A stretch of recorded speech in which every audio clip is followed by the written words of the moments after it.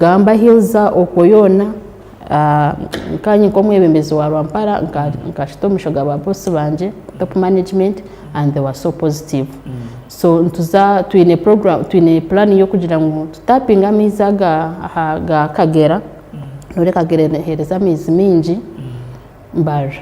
So ntuje kutapinga amiza ga Kagera tuteyo a big pipe from Kagera line to Mwizi ga evacuating abantu bona ba Mwizi aba Bugamba okoyona, and there's a big population there.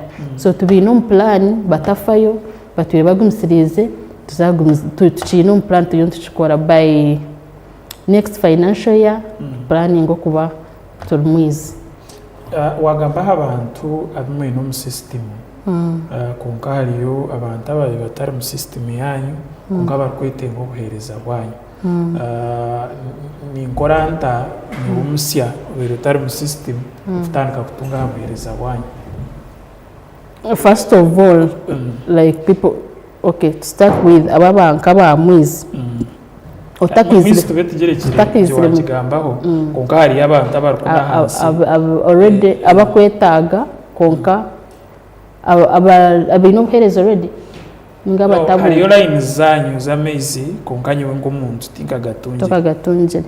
So icyo kwanza cyabyona no tushikira office yetu office zitu ni hangariyo office chonariyo office no buza twine office babeta ba front desk assistants of office, front desk officers or commercial relationship assistants officers abakuyamba relationship na customers abo kushikira home office no bakwa bataru any other person in office washanga is able kuhereza what it means. You're supposed noija no shime kuba wine ko kuja tukigambye byo shime kuba no turetera tugambe icyo kubanza as a requirement shime kuba wine national ID yawe jene ndangamuntu and land agreement ngashe chapa land agreement nendagano yiwagurire kwitaka amisi tugahereza itaka tugahereza itaka tugahezana na muntu.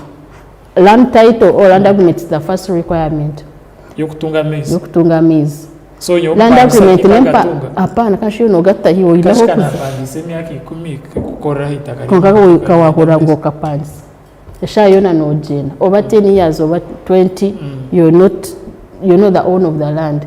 So itotuhereza aba itaka mkama witaka echapa chimekuwa china mazina gawo aga corresponding na gari ya national ID nakashana kawe la wotine land title na title ebyapa bakagumeri genda bamwe tubabine konka bine ndanga emina bina endagano yitaka na baro LC1 signatures and all that. Then ashime kwa amazina garuho umuntu waguziritaga ga corresponding na gari ya national ID. Then nana kashana kawe kashime kuba a national ID akashana ka kashime kuba corresponding na kashana kuwa tuhereza passport photo. So those three. Then if kucha kuachirinka nke ya family you're supposed to have a consent letter from your family members bona bakwikiriza ngo oyo no enda ni diary ya family bona bashime kusigninga back to consenting ngo ogu twamwikiriza ngo itakanerye are part of this land. So mumuhereza obuhereza obwakwetagisa na neje ndanga muntu I mean land agreement or land title. So amezi tugahereza muntu tugahereza itaka kwena munyecha kale nababa kwa barjiro munsi o tukushanga gwo no kutukubaja ndurimo kubaja kasha tukuba yarjiro munsi no yabara mukama wa mizago konka hona ntushanga aho ground aho yaba mwishukuru yaba mwana we no tukuja kubuza echabench kwatrana na service ito bitwiroha mukama wao umujenzi. So tukuhereza mpangisa wena mpangisa atakushaba meshi shana if you have the consent from your landlord yakwandika akatwandika kaja togo no mpangisa wanje na nimbashaba umuhereza mizi umuhereze barheje umuhereze na mhorsa akozese amaizi ekyakwenda kugakozesa aha itaka ryanje shall surely willingly give. So in that case naba nareta documents as a landlord. Okay. Byona all the details should be in the names of the landlord, nakashana na national ID, then attaching the consent letter. The fact that is a shaha na banka Moses landlord and Charles. So tureba kanshiwe na yarete barha, it covers all. To attaching then to muhereza means. Very sente. A cent of course zero. Because for kutunga mezi zero, but no application is free. Everything is free. Nyinabo mu connecting kuri ga line zo wanyu tuisha ground surveying tureba distance from the tapping point to hori no zakutamizi. So tureba distance na materials zo kuza. Then aho nho tukuja kucharginga, but it depends on the distance. It's about 100 meters. It doesn't like about 200. That's 100 meters. She make one zirenze at least, unless otherwise. But this short distance, it depends on the distance. Where distance in the ingwa nizo sente tukuja kucharging depending on the material that will go. Byo kuzakozesa. Kugira materials kuzakozesa. Kwe kubera inche nabo still nchigira materials aza kuza short distance age. So it is a bit cheaper to a shorter distance. Then kwe kubera long distance, not of course affordable.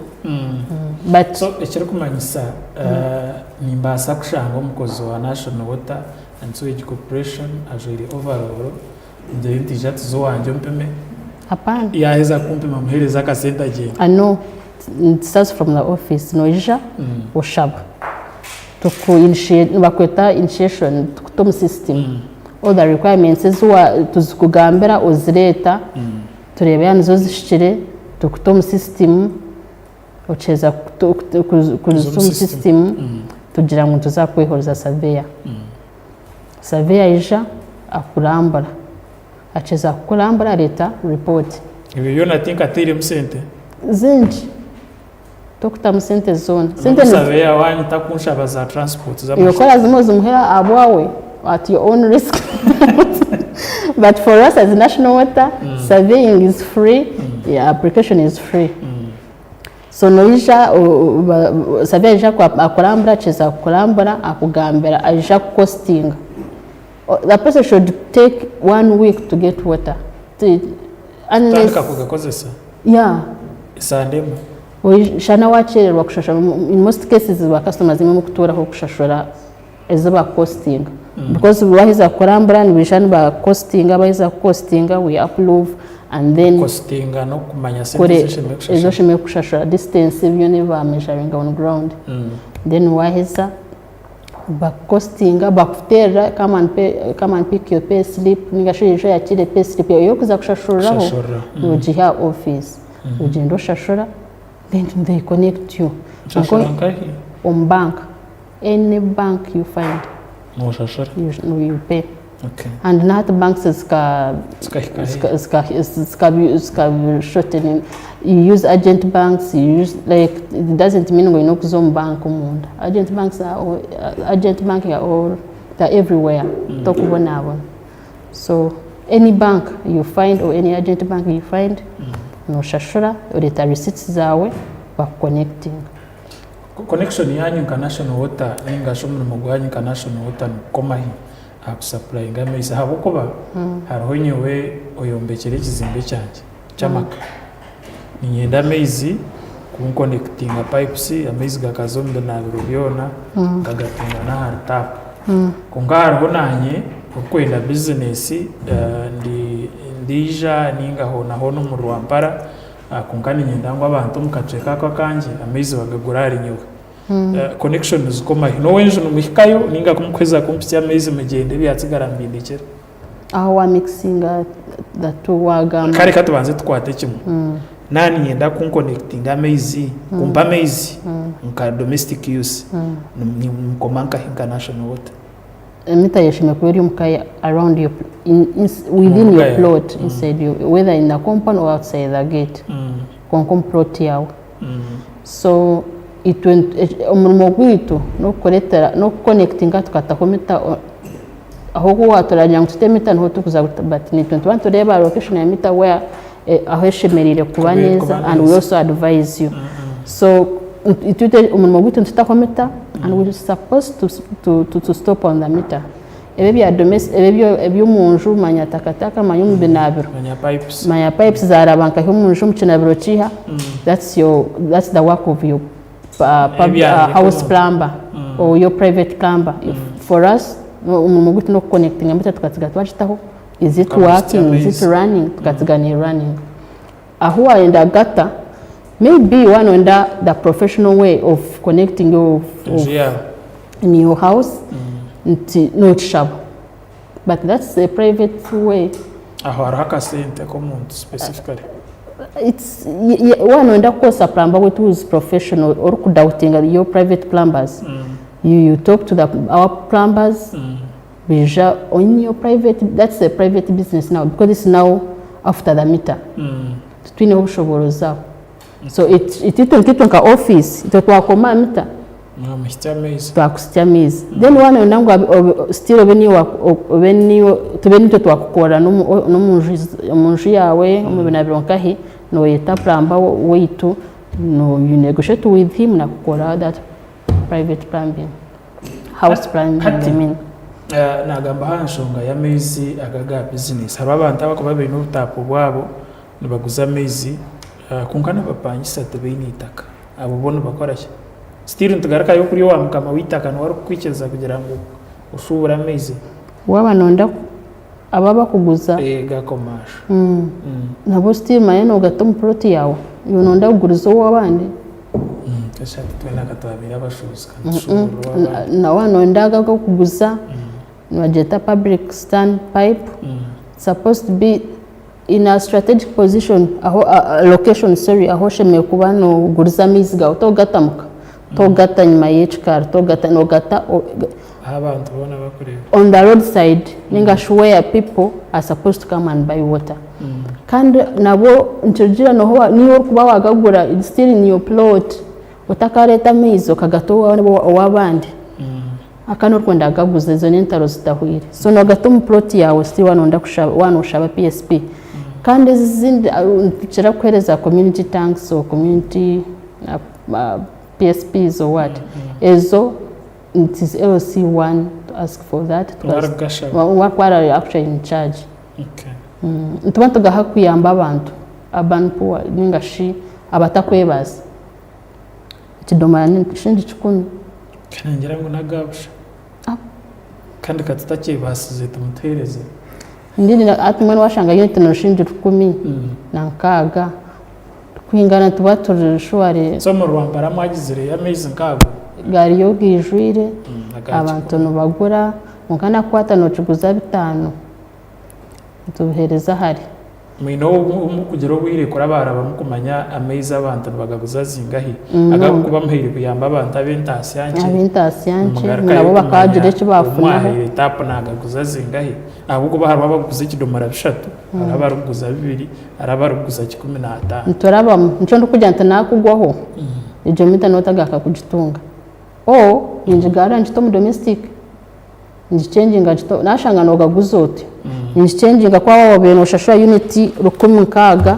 nkugara ino rushashura 13 10 nkabanda agomuka I change it to domestic tariff ntwe nimbagambera ntu auditing wigo ntu auditing tushanga kunana kwire tapu yo kuguza 10 ikidomora no kiguza ningo kazo wa 5 bishatu ukashubura kandi ko kushubura otyo ito tugichenjinga tugikora tugitoma domestic tariff tugereza nk'abahaka then ushashura 10 ko utararusimira so nintera no muranga abakwasa kwa benagwa amezi agakubaha mugaba yambe muje abatakufuna abentasi yanje nakushanga nogaguza 5 hataho wabo mushubuzi wabo mushuma nk'aba tugamba niza gihayo ningahindura ningatoma domestic no shashuri 13 na zinga kandi wota pa unit kandi wota kukibaza ninjihayo ninchereza aba willing gukora bati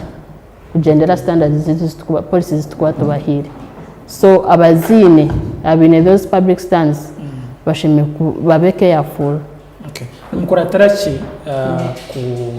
kugira ngo hata abantu abareka tabahereze iki kiwahita public stand agamezi agabanta bitasi yanke mukorataraki kugahereza kira kugahereza abatakwebaza byaro uko bahita banpuwa abo mubiceke bitako ibyo kureba ngo tukwebasa shwana bita gamezi kandi ati nore ko kutayamizi n'ubuyonjo buhindukaho n'ubugire yo rebere situation y'umwanya ujyo taba abantu bita gamezi abatakwebasa abantu abakuru abatakwasa kugira ngo nangwa like those places ntuzeta urban power propo abariyo kwa no tukubanza twatageting then ababa kwenda kuguza mu town we also consider tutukutahe mwe tukajitaha ndicho tukajitahari you find in a center we have like two okay turinze mu kahumuro konkani nyenda mutwarwa mu kahumuro ugire cyo washobora nyowe ko muntu nimbasa kwimko mukasheshe mpukene n'ikishara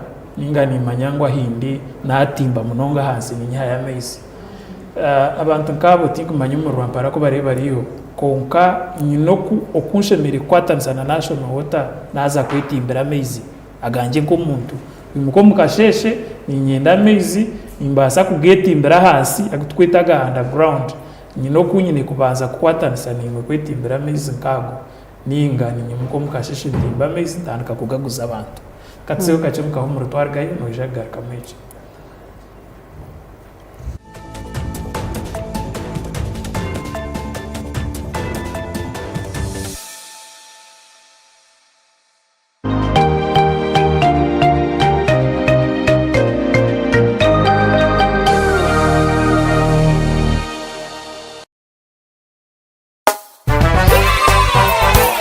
It's happy time, Chobelo. Bathing time, Chobelo. Bulira bulungi, I feel so nice. Sing cho cho cho cho, Chobelo. Again cho cho cho cho, Chobelo. Ono ye chogero waffe kafulumu kujjanja bendwadde ezensusu zonna mu bato n'abakulu gamba ng'embalabe obuwere ebiguuna kyogero habo soap ne kyogero habo jerry biri mu sayizi ez'enjawulo ennene n'entono bisangibwa mu maduuka gonna mu ggwanga kyogero ly'essuubi ly'ensusu zaffe.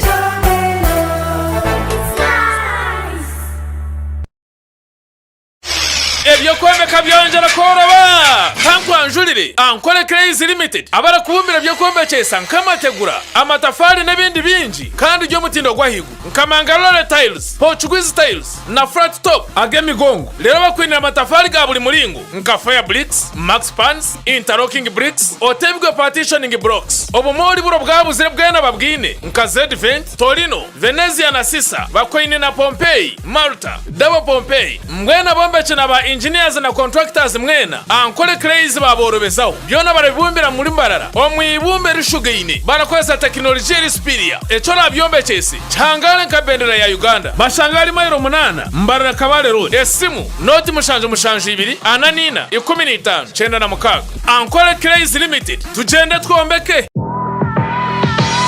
twakwakira hari King Caesar University itendekero ry'ururengo rwa hiyo kandi obwa hatergine chata okutendeka beji bona aharurengo rwa Africa pekuretera mishomo nyamwingi erya rurengo rwa degree aharimu ka medicine and surgery law business administration applied economics computer forensics petroleum geoscience nendijo mingi twine nendijo mishomo ya diploma in clinical medicine community health global business nezindi kosi nyamwingi hari King Caesar University hati no basakoresa intex ibiri zonka iyo kwa kana ne kwa munana nyensia yawe hinduke na munonga wa mara kusharaho changari proti 22 King Caesar Road Gaba Kampala ningo teresimu ya noti 200 rwendi 11 2025 ningo twikirira kibanja cyite cha website www.kcu.ac.ug.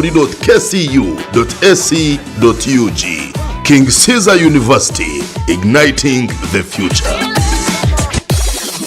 In the neighborhood, near stagnant water and mosquito breeding sites, malaria lurks, always waiting to strike. But fear not, for here comes Mr. Vaxa, the ultimate protector against malaria. For years, malaria has been one of the biggest threats to children under 5, making them weak and even putting their lives at risk. But now, the government is introducing a new solution, the malaria vaccine. The malaria vaccine is now in the routine immunization schedule. The malaria vaccine is administered in 4 doses at 6 months, 7 months, 8 months, and 18 months. This vaccine will provide extra protection against severe malaria. And don't forget, routine immunization protects children from many deadly diseases. Every vaccine matters. Visit the nearest health facility for routine immunization services today. Mr. Vaxa, the malaria vaccine is free, safe, and ready to protect our children. Will you join the fight and complete all 4 doses? For more information, call the Ministry of Health on 0800 100 066. This message is brought to you by the Ministry of Health.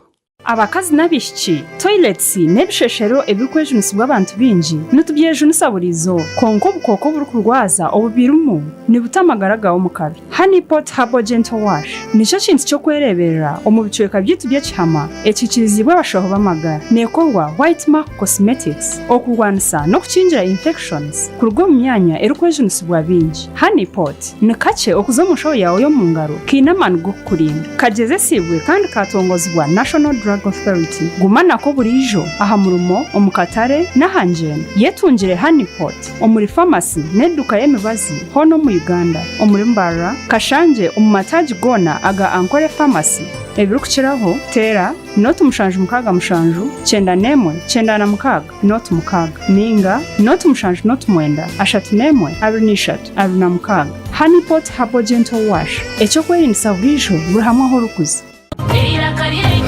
Bongana Tayari West, Banyakigazi FN, Tayari West, Wonders, hamwe na MTN, tuliyo ntwijo mukyanga kyawe. Ebirabi na mwenda byo kuwa 5 umwaka ogwo tuliyo mu Katale Mwanjari omuri Kabale. Otaferwa kuhangura ebirabo nyamuhango okuruga mu MTN na Tayari West. Owe tukuretire mpangare eziri kunyanya nyugunyu ba DJ ba MC bamani leru tushuma mlumo na Lisa Lounge. Otaferwa mtezu wa marabu na yukanga habugoma Truce 256 na numwana wa muka sa Fact Zamani Phantom DJ Lisa MC DJ Alan na bandi benji Ebyona bisagichurwe MTN hamwe na Tayari West Television.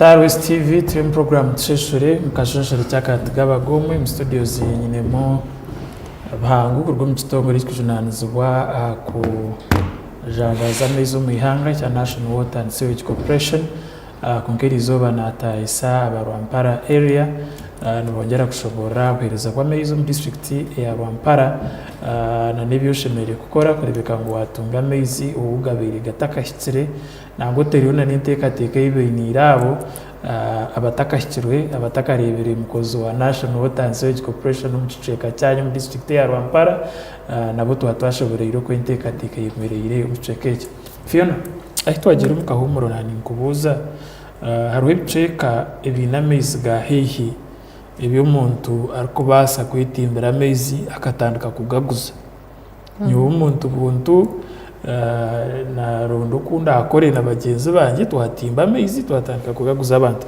nyino kunshemere ko baza koregana na National Water akutimba amaizi nkago ninga buri muntu weena orikwenda kuguza amaizi nabasa kwimuka omu kasheshe atimba amaizi gye n'omuringo ogwo yakozesa atandike kuguza kuba nimpamvu Rwampara eine ebisharara hansi okwo abantu nibabasa kwetimbira amaizi kibe kipu kukira okugura aga gaba gwona ogamba g'enkumi 4 ninkyezibwa kwetimbira amaizi nk'omuntu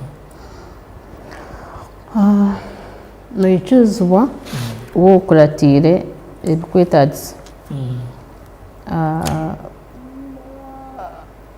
for you kutunga amaizi ago oshemeye kuba oine permit of license from the Ministry of Water kandi kugira ngu bariyo baine underground water as their alternative source onkesha yona ndiyo nimbaretera omuriro because tebiine na permits ezo so okugatunga it is okay but wakuratirira government procedures or policies so we've worked with Ministry of Water because it's also a challenge. It is challenging us as national water business because that water we believe it's not treated first of all. It is not safe.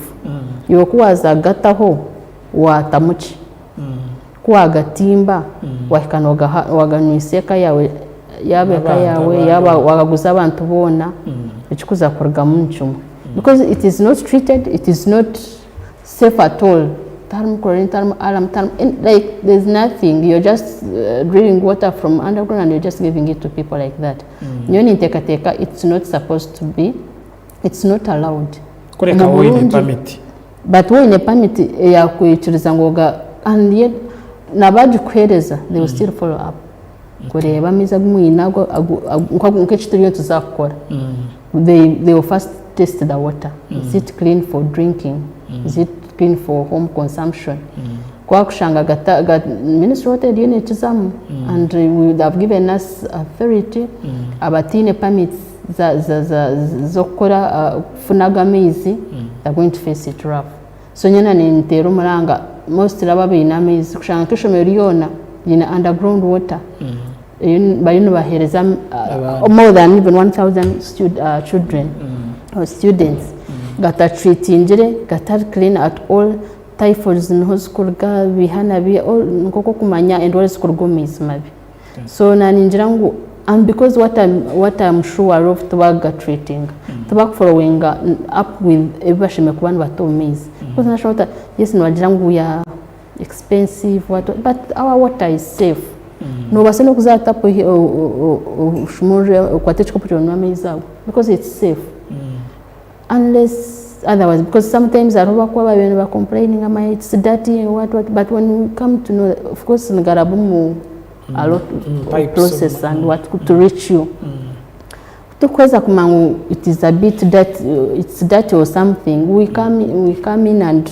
treat the water, we test it, we do what we make sure that amiza gayoni gazombantu gar clean. Munyarwampara uri ha TV mukashekera izuba nobasa kwata isimi yawe n'ikibuzo tira hari note mushanje na mukaga ishatu beni ishatu mukaga ugire ikibuzo cy'wabuza abo kuba tuyino rwebembera ikitonguri cy'amizo mu district ya Rwampara basa kuboye n'ikibuzo cyo kwenda mu Kigali cyo muno basa kora mu mudakikanke imwibirwa gahati buze ikibuzo cyaho nisibina kuko boye no bugambo bukwendera tutegereza amasimu uburabimwa uko bani ndebesha haza the conclusive maybe remarks. before you go to conclusive remarks nanindagaruka kintu challenges obwiro bunji USDA na unit tera hansi oshanga tutine amashanyarazi amizi gacirwa pumpingwa like the whole of yesterday we didn't have water we didn't have pumpage because of amashanyarazi USDA na unit tera umuranga bagume batufeho shwari tinkumanya nabo bine nkoko any other entity or business batunga challenges konka bamwe batwirikanje bakuba it's the biggest challenge now in Rwampara amashanyarazi ngagenda munonga azakidirenga kose ngo tukosa pumping amizi ko gagataro chituretera twabona twatamuna it becomes too expensive for us because tushanga twakosa mashita generators and generators cannot tugakwika genesis zokora nk'amashanyarazi za not sufficient kugira ngo 24/7 ngapampinga nk'amashanyarazi bani yesterday nayo nitero umuranga ngo egume tuyambe tufeho nka our colleagues etufeho ejezeho kureka ngo amashanyarazi ngaguma ho atless nagabura atless they come in batejezeho mu bwangu bucembwe kwena ngo service tuzagumuza muzagenda abakwi bamezi ningaka nimbagambera ngo 40 days nakantu kace munonga tuja kubagwa konka mukireki numuzembe munonga kandi abakushare nguto nabo ningaka nimbagambera nti washare nguto garuka yo repairing I mean washara pipes zito okora obabuyonjo obokora ki garuka yo repairing or report to us kwija on time tuzikore on time kono abantu bitu bagume bayina mezi gali reliable.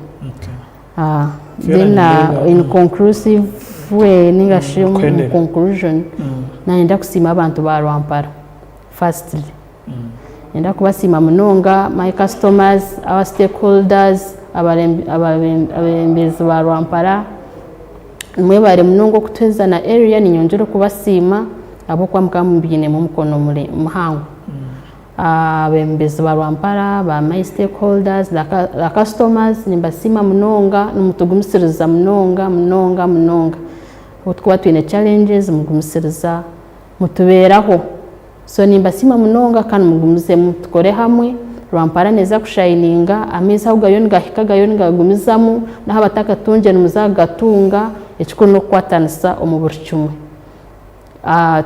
turi mu sensitization camps turi tujo mu byaro turi tushika ahubwo begatari ningashaho gakwetagiswa we are on ground nimbashaba okukwatanisa nimwe kandi sima na top management oku the guidance and what on the area and the support we don't thank you enough nimpendano kusima Tayal TV thank you so much mwe barogumana mutushuraho numutayayisa nimbasima munonga Mr. Martin thank you so much we don't take your time and advices we don't take it for granted thank you so much may God bless you kashekerizo bokoja kuganiraho n'abanyarwanda shaza twata shaishatu tuzakwega itara bagenzi bita ba Kampala mu studio ziti za Bugorobi Mark Togoronya Pemo naza kuba naganira na James Toheyo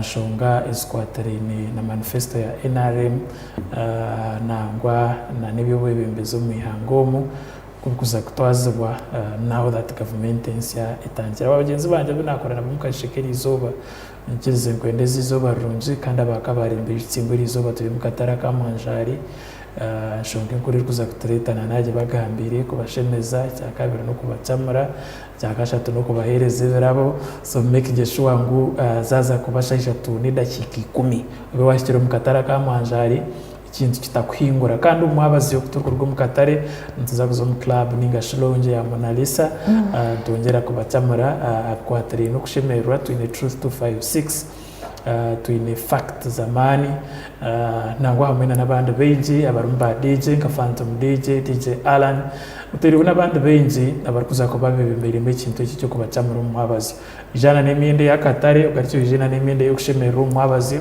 urebeke nguwije hato mukasheshe wagarakayo wawe umukasheshe kandi uje muna kasent of course kuko nibyo kunywa West TV kwatanise na MTN kwatanise na Wonders company nyamurunji rukora amashita nyamurunji kutandikira ha face nagutiriho n'ibindi byo nibyo kwitengesa gukamba sabuni yo kunaba mu ngaro kandi tagense zindi zo kuyonja mu nje yawe urikime cyona itwatere nibyo kweyonja Wonders ne kikukora kandi twatanise n'abanyakigezi FM gani na katonyezi 5 FM radio yetu nyamurunji mchango iki cya Kigezi stationed muri Kabare municipality making sure ngo wije watu gitaho twashemerwa naiwe izuba ryarenga buhoro targata West TV usibeje